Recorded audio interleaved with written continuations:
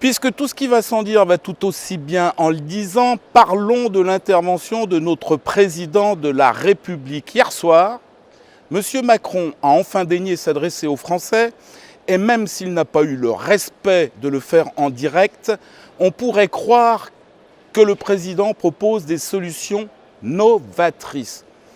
Personnellement, en ma qualité de député français au Parlement européen, membre de la Commission Emploi et Affaires sociales, donc particulièrement concerné, je n'ai rien compris.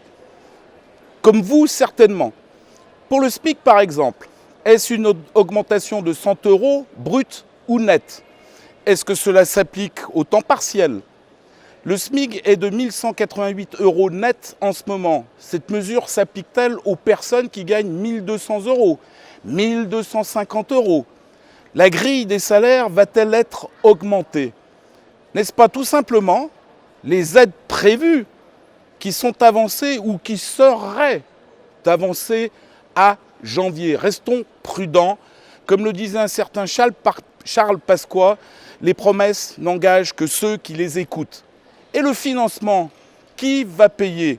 Le Point, le journal Le Point, envisage 11 milliards d'euros pour financer cette mesure.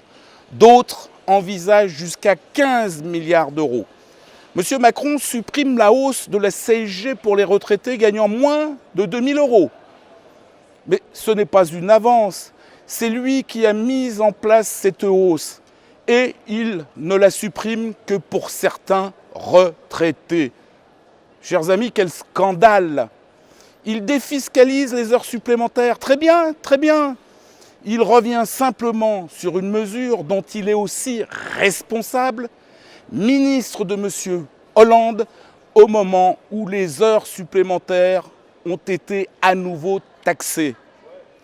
Ce sont des cadeaux qui n'existent pas. Je vous ai volé, je vous le rends, nous, dit-il, toute honte bue. Et je vous le rends en partie. Chers amis, il faut prendre de vraies mesures et ne pas simplement revenir sur les erreurs passées. C'est se moquer des Français. Et ils ne sont pas dupes.